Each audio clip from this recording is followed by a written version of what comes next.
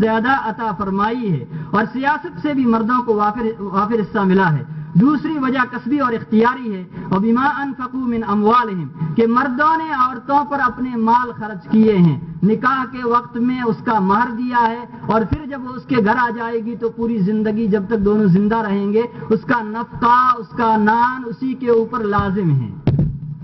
اس کے بعد میں اب یہاں تک تو بات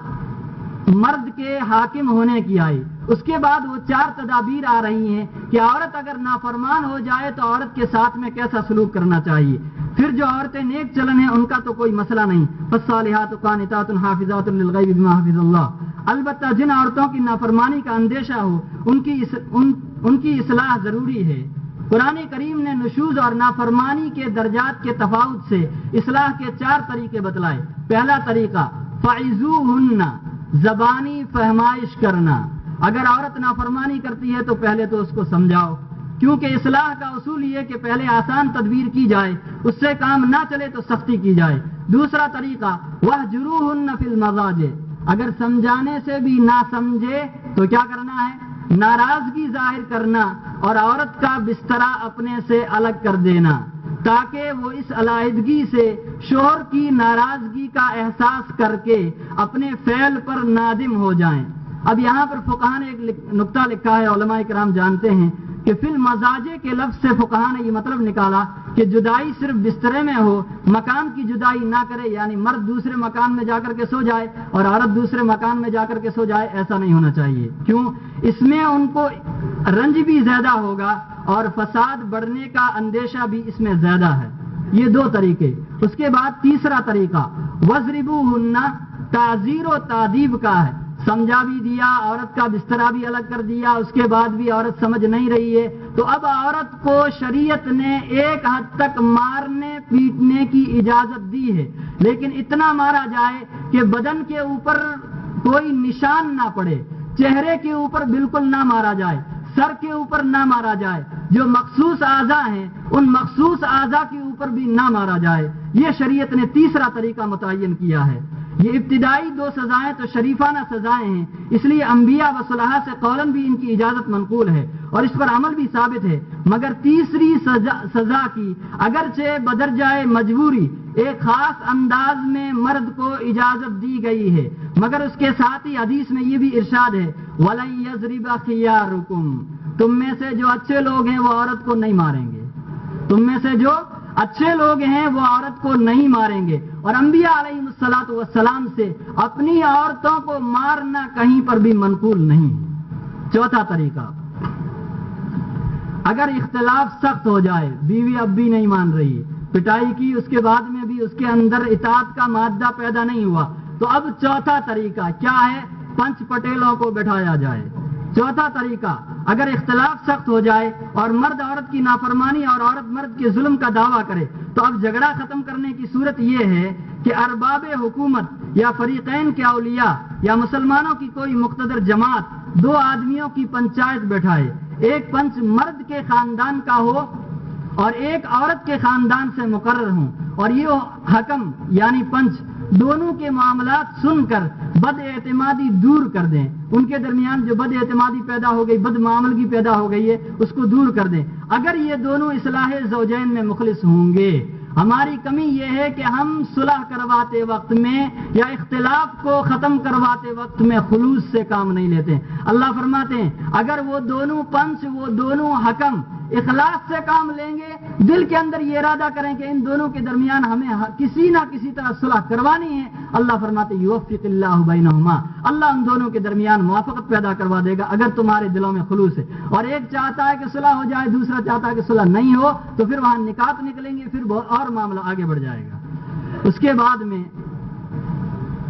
طلاق کا بیان، اسلام کے بڑے احکامات میں سے ایک حکم طلاق کا ہے۔ اس کا خلاصہ میں یہ بتلا دیتا ہوں کہ اللہ تبارک و تعالیٰ کے نزدیک طلاق دینا انتہائی مبغوض چیز ہے، انتہائی ناپسندیدہ چیز ہے، لیکن اگر میاں بیوی کے درمیان یہ 4 شکلیں اختیار کر لی، اس کو نصیحت بھی کر دی، بسترا بھی الگ کر دیا، پیٹ بھی دیا، صلح صفائی کی بھی کوشش کر دی، صلح صفائی کے بعد بھی معاملہ حل نہیں ہو رہا ہے، تو اللہ تبارک و تعالیٰ نے طلاق کی ایک شکل دی، یعنی مرد کو اختیار دیا ہے کہ مرد اپنی عورت کو طلاق دے دے، تاکہ ان کے درمیان میں جو یہ بد اعتمادی پیدا ہوئی ہے، تفریق کی وجہ سے یہ بد اعتمادی ختم ہو جائے، اور 2 خاندانوں کے درمیان جو جھگڑا پیدا ہو گیا ہے یہ جھگڑا بھی ختم ہو جائے۔ اب طلاق دینے کے کیا طریقے ہیں اس کو یہاں پر ذکر کیا گیا ہے کہ آدمی کو کبھی بھی ایک ساتھ 3 طلاق نہیں دینا چاہیے، 3 طلاق نہیں دینا چاہیے۔ طہر کی حالت میں 1 طلاق دے، 1 طلاق دینے کی وجہ سے یا تو مرد کو پچھتاوا ہو جائے گا یا عورت کو پچھتاوا ہو جائے گا۔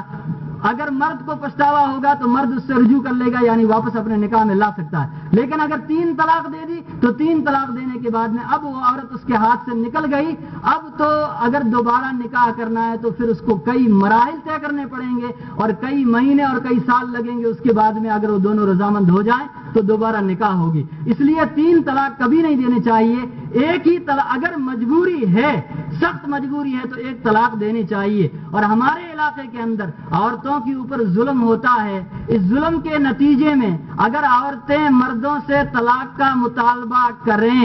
بدرجائے مجبوری اگر طلاق کا مطالبہ کریں تو مردوں کو اپنی عورتوں کو طلاق دے دینی چاہیے تاکہ وہ عورت اس مرد کے ظلم و ستم سے نکل جائے۔ اس کے بعد میں مظلوم عورتوں کی مشکلات کا حل، یہ 5واں طریقہ تو یہ تھا کہ طلاق دے دے، لیکن اگر مرد طلاق دیتا ہی نہیں، وہ کہتا میں تو لاٹھیوں سے مار کر کے اس کو اپنے گھر میں ہی رکھوں گا، اگر مر جائے تو مر جائے لیکن میں اس کو اپنے گھر میں ہی رکھوں گا، تو اب وہ بیچاری مظلوم عورت کیا کرے گی؟ اس کے لیے بھی ہمارے علماء نے شکلیں نکالی ہے، خاص طور سے فقہ حنفی کے اندر اس میں تھوڑی گنجائش کم ہے، اس لیے حضرت حکیم الامت رحمۃ اللہ علیہ نے اس کے اندر فقہ مالکی اور فقہ حنبلی کی طرف رجوع کر کے اس کے مظلوم عورتوں کی مشکلات کا حل پیش کیا ہے۔ بعض مرتبہ عورت پر ظلم و ستم کی انتہا کر دی جاتی ہے، عورتوں کے حقوق ادا نہیں کیے جاتے یا ناجائز سخت برتاؤ کیے جاتے ہیں، زد و کوب ہوتا ہے، نفقہ ادا نہیں کیا جاتا، یا شوہر میں کچھ خامیاں ہوتی ہیں جن کی بنا پر وہ عورت کے قابل نہیں ہوتا، یا اگر شوہر طلاق دینا چاہے تو اس کے اولیاء اور ذمہ داران اس کو اس عمل سے باز رکھتے ہیں اور طلاق دینے کو اپنی عزت اور وقار کے خلاف تصور کرتے ہیں۔ ایسی صورت میں عورت بڑی کشمکش کی زندگی گزارنے پر مجبور ہو جاتی ہے۔ اب مسئلہ یہ ہے، ہمارا ملک ہندوستان ایک جمہوری اور سیکولر ملک ہے، کوئی اسلامی ملک نہیں کہ عورت قاضی اسلام یا مسلمان حاکم کے پاس اپنا مسئلہ مع دلائل و ثبوت پیش کرے اور وہ ان دونوں میں تفریق کرا دے۔ ایسے ماحول میں حضرت حکیم الامت رحمۃ اللہ علیہ نے ایسے معاملات کو جماعت مسلمین کے حوالے کرنے کی رائے پیش کی تھی، لیکن دیگر اکثر علماء نے دارالقضاء اور شرعی پنچایت قائم کرنے کا فتویٰ دیا تھا تاکہ مظلوم عورتیں ان کی طرف رجوع کر کے ظالم شوہروں سے نجات حاصل کر سکیں۔ لیکن دارالقضاء اور شرعی پنچایت کی طرف رجوع کرنے سے قبل ظالم شوہروں کے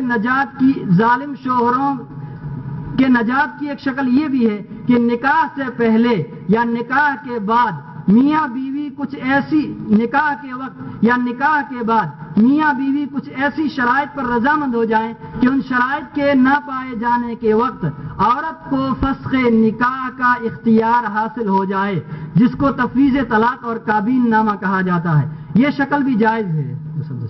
اور اس کے جواز کی کچھ شرائط ہیں جن کو کتب فقہ اور خاص طور سے الحیلۃ الناجزہ مصنفہ حضرت حکیم الامت تھانوی رحمۃ اللہ علیہ میں ملاحظہ کیا جا سکتا ہے۔ ان شرائط کی رعایت کے بغیر تفویض طلاق اور کابین نامہ صحیح نہیں ہو سکتا۔ دوسری شکل یہ ہے کہ عورت مرد سے خلا کر لے، یعنی عورت سے کچھ مال لے کر، مرد عورت سے کچھ مال لے لے، 50,000 روپے دے دے، 1,00,000 روپے دے دے، میں تیری جان چھوڑ دوں گا، یہ خلا ہے۔